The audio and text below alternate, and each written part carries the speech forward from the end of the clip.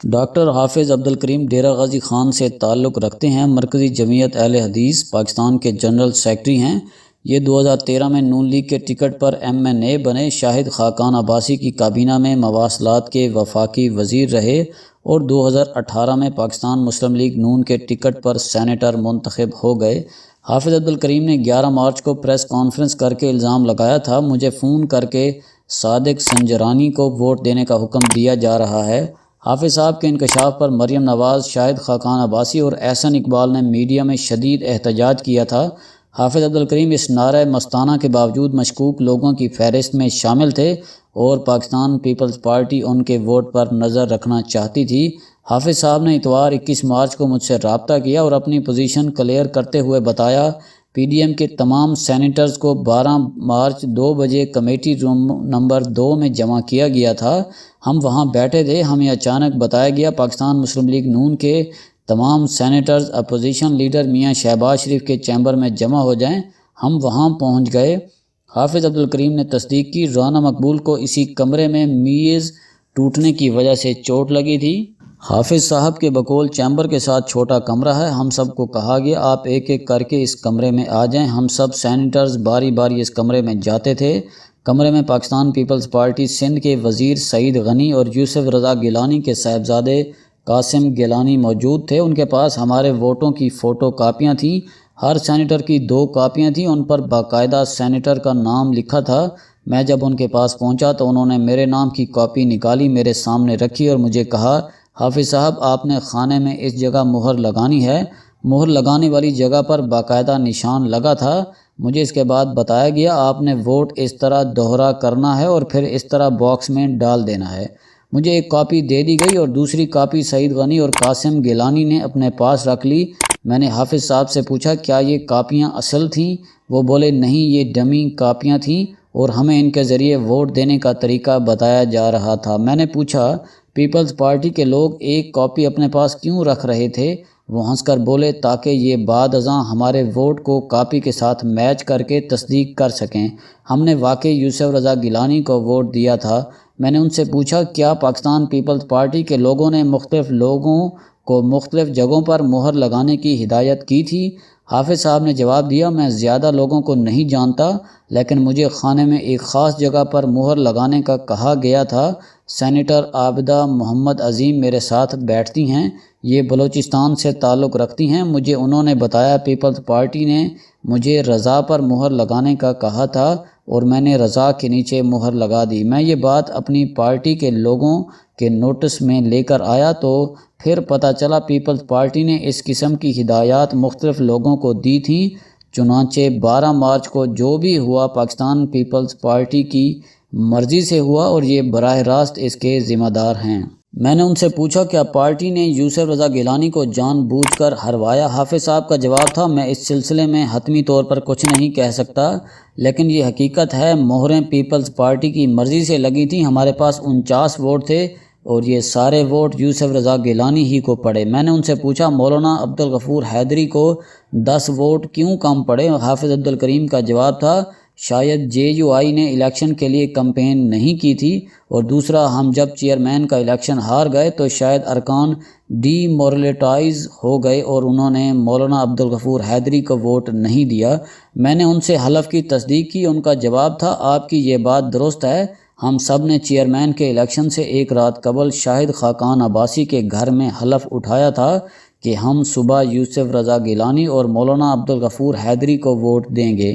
یہ سینیٹر حافظ عبدالکریم کا ورژن ہے، یہ اس کے ذریعے یہ کلیئر کرنا چاہتے تھے انہوں نے رضا پر مہر نہیں لگائی بلکہ کھانے میں لگائی، اور انہیں یہ ہدایت علی حیدر گیلانی کی بجائے قاسم گیلانی اور سعید غنی نے دی تھی، اور یہ ہدایات پاکستان مسلم لیگ نون کے تمام سینیٹرز کو الگ الگ دی گئی تھی۔ پیپلز پارٹی نے ان کے ووٹوں کا باقاعدہ ریکارڈ بھی رکھا تھا، لہٰذا یوسف رضا گیلانی کے 7 ووٹ پارٹی کی مرضی سے ضائع ہوئے تھے۔ میں حافظ عبدالکریم کے ورژن کی عزت کرتا ہوں، ان کی تمام باتیں درست ہوں گی، لیکن آپ اس کے ساتھ ساتھ افسوس کا عالم بھی ملاحظہ کیجیے۔ ہماری ریاست، ہماری حکومت اور ہماری اپوزیشن جماعتیں کیا کر رہی ہیں؟ ملک کی تینوں بڑی پارٹیاں اپنی مرضی کے لوگوں کو ٹکٹ دیتی ہیں، انہیں قومی اسمبلی اور سینٹ میں لاتی ہیں، لیکن پھر اعتبار اور اعتماد کا یہ عالم ہوتا ہے، یہ ہر الیکشن سے پہلے ان سے حلف لیتی ہیں اور ارکان حلف کے باوجود اپنا ووٹ دوسرے امیدوار کو دے دیتے ہیں۔ آپ 3 مارچ کا جنرل الیکشن دیکھ لیں، پاکستان تحریک انصاف کے 17 MNAs نے حلف کے باوجود یوسف رضا گیلانی کو ووٹ دیا تھا، اور 12 مارچ کو ایک سینیٹر نے دونوں امیدواروں پر مہر لگا کر جان بوجھ کر اپنا ووٹ ضائع کر دیا، اور اپوزیشن کے 5 سینیٹرز نے حلف کے باوجود مولانا عبدالغفور حیدری کی بجائے مرزا محمد آفریدی کو ووٹ دے دیا۔ سوال یہ ہے، یہ لوگ اگر اس قدر بے اعتبار اور کمزور کردار کے حامل ہیں تو پھر آپ ان لوگوں کو ملک کے مقدس ترین ایوان میں لے کر کیوں آتے ہیں؟ اور یہ لوگ اگر جینون ہیں تو پھر آپ ان سے بار بار خفیہ حلف کیوں لیتے ہیں، اور آپ انہیں ووٹ پر نشان لگا کر یہ کیوں بتاتے ہیں آپ نے کس جگہ مہر لگا کر ووٹ کو کس طرح طے کرنا ہے؟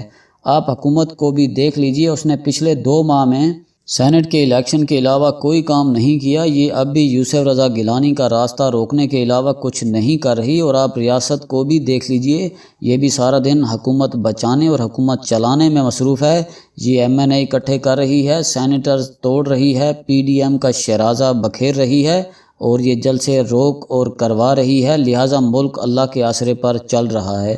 آپ کسی دن ریاست، حکومت اور اپوزیشن کی کارکردگی کا جائزہ لے لیں۔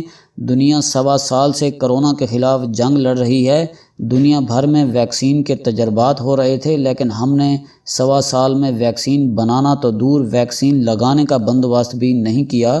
امریکہ 38 ملین، برطانیہ 25 ملین اور یورپ اپنی آدھی آبادی کو ویکسین لگا چکا ہے۔ چین نے 4 ماہ میں کرونا کا ایپی سینٹر ووہان کلیئر کر دیا تھا، لیکن ہمارے ملک میں اب تک ویکسین کی صرف 15 لاکھ خوراکیں آئی ہیں، اور ہم یہ بھی عوام کو لگا نہیں پا رہے، جبکہ باقی 21 کروڑ 85 لاکھ لوگوں کے لیے ابھی تک ویکسین کا بندوبست ہی نہیں ہوا۔ آپ پورے ملک کو چھوڑ دیجئے، آپ صرف وفاقی دارالحکومت کو لے لیجئے، اسلام آباد کی آبادی 11 لاکھ ہے، ہم اب تک اس شہر کے 1% لوگوں کو بھی ویکسین نہیں لگا پائے۔ ہم اگر قوم ہوتے تو ہم اپنے 100-200 سائنسدانوں یا ویکسین ایکسپرٹس کو باہر بھجوا دیتے، ہم پاکستان کی 10-15 فارماسیوٹیکل کمپنیوں کو گلوبل کمپنیوں کے ساتھ جوڑ کر ملک میں ویکسین بنانا شروع کر دیتے، یوں ہم اپنے عوام کو بھی ویکسین دے دیتے اور ایکسپورٹ بھی کرتے۔ دنیا اپنے آدھے لوگوں کو ویکسین لگا چکی ہے، لیکن ہم نے 2 دن قبل پرائیویٹ امپورٹ کی اجازت دی اور اتوار کو اس کی مارکیٹ پرائس طے کی۔ کیا ہم یہ کام جنوری یا فروری میں نہیں کر سکتے تھے؟ کیا ہم روس اور چین کے ساتھ مل کر پاکستان میں ویکسین نہیں بنا سکتے تھے؟ یہ کام اگر انڈیا میں ہو سکتا ہے، اور یہ اگر اپنے لوگوں کو بھی ویکسین لگا سکتا ہے، اور یہ اگر اس کے ساتھ ساتھ ایکسپورٹ بھی کر سکتا ہے، تو ہمیں بہرحال رک کر یہ سوچنا ہوگا ہم یہ کیوں نہیں کر سکتے۔ دوسرا، پوری دنیا نے اپنے اپنے ملکوں میں SOPs نافذ کر لیے، لیکن آپ کو اس ملک میں پارلیمنٹ ہاؤس، مسجدوں، بازاروں، حتیٰ کہ ہسپتالوں میں بھی ماسک نظر نہیں آتے۔ ہم آج بھی ہاتھ صاف نہیں کرتے۔ ہمارے وزیراعظم مارچ 2021 میں کرونا کا شکار ہونے والے واحد حکمران ہیں۔ کیونکہ دنیا اس سے بہت آگے نکل چکی ہے۔ ہمارے وزیراعظم نے ویکسین بھی 18 مارچ کو لگوائی، اور یوں یہ ویکسین لگوانے والے حکمرانوں میں بھی سب سے پیچھے ہیں۔ یہ ہو کیا رہا ہے اس ملک میں؟ آپ خود سوچئے، جب پورا ملک اپنی انجینئرنگ کی صلاحیتوں کو سینٹ کے الیکشنز اور PDM کو توڑنے میں لگا دے تو پھر کرونا کے خلاف جنگ کون لڑے گا؟ ویکسین اور SOPs کا بندوبست کون کرے گا؟ ہمیں بہرحال رکنا پڑے گا اور پھر سوچنا پڑے گا ہم کیوں آج بنگلہ دیش اور افغانستان کو بھی منہ دکھانے کے قابل نہیں ہیں۔ ہم آخر مزید کہاں پہنچنا چاہتے ہیں؟ ہم آخر کرنا کیا چاہتے ہیں؟ ہمیں بہرحال رک کر یہ سوچنا ہوگا۔